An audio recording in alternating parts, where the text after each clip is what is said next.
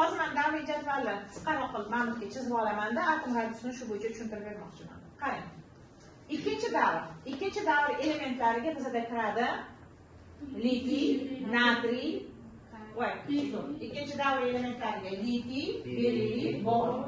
Hop, bular nechinchi davrda joylashgan? Ikkinchi davrda joylashdi degani, uni yadrosini atrofida ikkita qavat bo'ladi degani. Uchinchi davrda joylashsa, uchta qavat bo'ladi.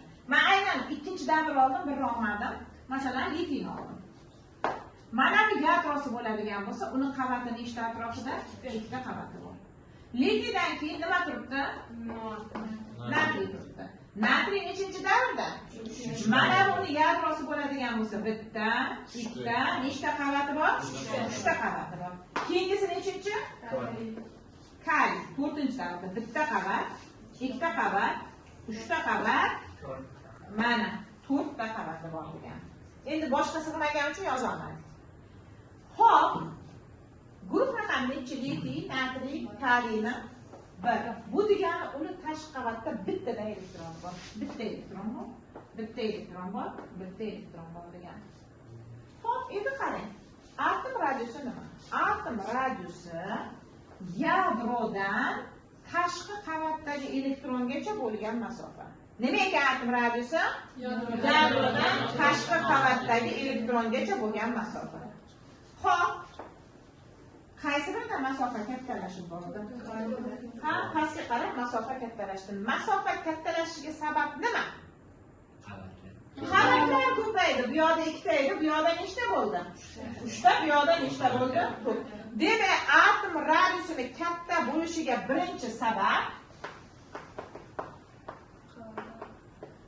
atom radiusi nima bo'lishiga? Katta bo'lishiga sabab. Ikkita sabab bor. Birinchi sabab nima ko'paygani? Qavat, ya'ni pog'ona ko'payishi.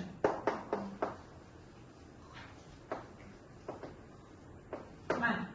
Xo'p, endi ikkinchi sabab ko'rib chiqamiz. Litiydan keyin nima qilgan?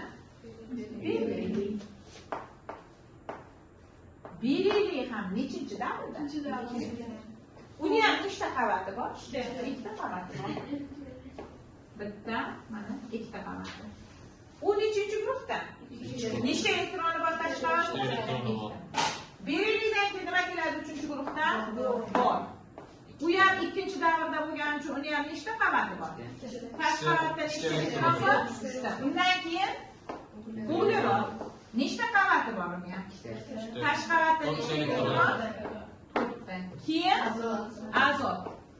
Bitta, ikkita qavati bor. Tashqi qavatda elektron nechta? 5ta. Undan keyin kislorod. Bitta, ikkita qavat bor. Tashqi qavatda nechta elektron bor? 6ta. Undan keyin ftor. Bitta, ikkita. Tashqi qavatda nechta elektron bor? 7ta. Mana. Hop, qavat raqami hammasi 2 qavatdan. Nimaga uni atom radiusi kichrayib ketdi? Sababi tashqi qavatdagi elektron soni. Mana bu yadro bo'ladigan bo'lsa, yadrodagi proton qanaqa zaryadlangan? Plus. Endi tashqi qavatda elektron minus. Elektron yadroga tortiladi. Tasavvur qil. Bitta elektron yadroga tortilganda sferani kichraytiradimi yoki 7 ta elektron baravariga tortilsa sfera kichrayadimi? 7 ta elektron baravariga tortilsa sfera kichrayadi. Tushunarlimi? Demak, atom radiusini katta kichik bo'lishiga ikkinchi sabab tashqi qavatidagi elektron soni. Tashqi qavatda elektron kam bo'lsa, radius katta.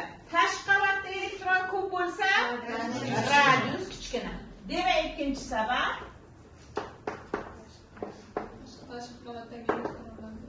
tashqi qavatdagi elektron soni. Tushunarlimi atom radiusi?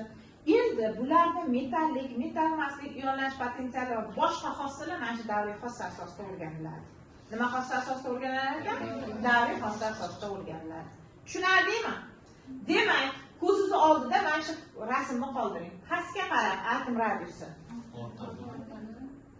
davr bo'ylab kamayib borar ekan. Tushunarli?